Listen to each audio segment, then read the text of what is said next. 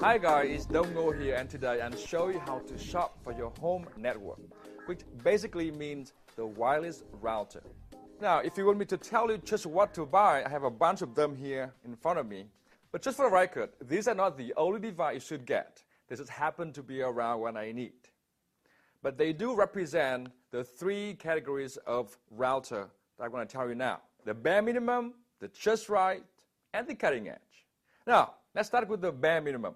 Think about it. At home, you just want to share the internet and maybe some files sometime. And for that, this D-Link SIG05L meets the need perfectly.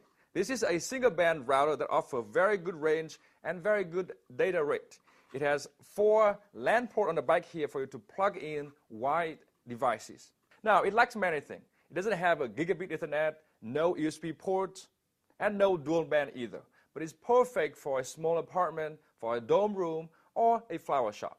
You know, people don't go to flower shop expecting free Wi-Fi. Now, if you want more than that, you probably want to jump to the just right category.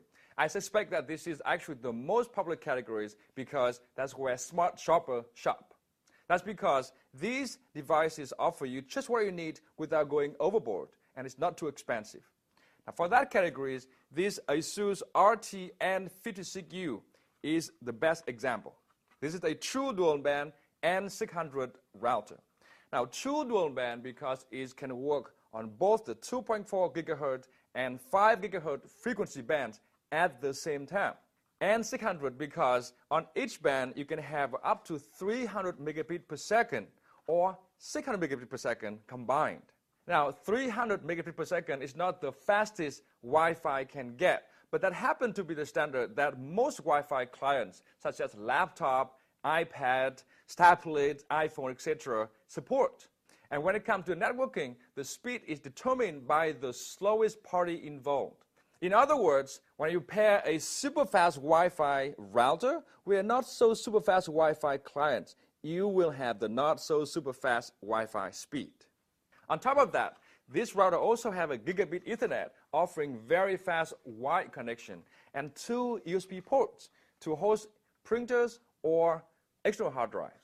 When working with external hard drives, it offers the network storage for both data sharing and entertainment, streaming content to connected network players. Now the price, about $100.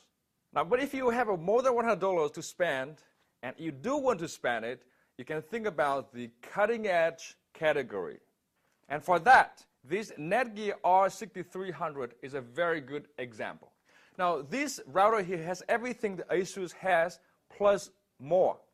You see, gigabit Ethernet, true dual band, 2 USB port, plus it also supports the latest 802.11 AC Wi-Fi standard that offers the speed of up to 1.3 gigabit per second. 1,300 megabit per second, that is.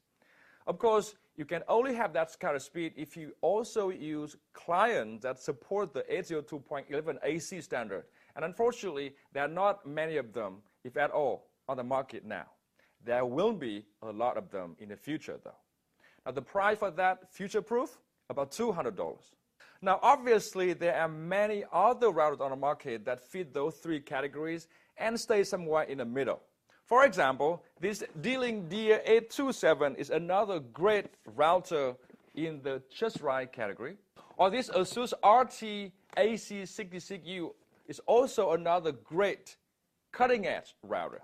Or these 2 routers right here, the D-Link guide857 or the Cisco Linksys EA4500. These both are a lot faster and better than the just right category, but not fast enough to be cutting edge. To find out more, go to CNET and check out the detailed written version of the buying guide. There you can also find links to more products and learn more about other networking products such as power line adapter or access point. One last thing, when shopping for a home network product, make sure you do your homework, your own research, because you cannot rely on just commercial or sales rep about the performance and features of the products. There are many things you cannot see. For example, the Wi-Fi signal. At CNET here, we actually test every single router to determine how stable the Wi-Fi signal is.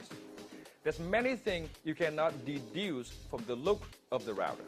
I can though, but that's because I'm Dong Ngo, and there's been a brief guide on how to spend your money on home network products. Happy shopping!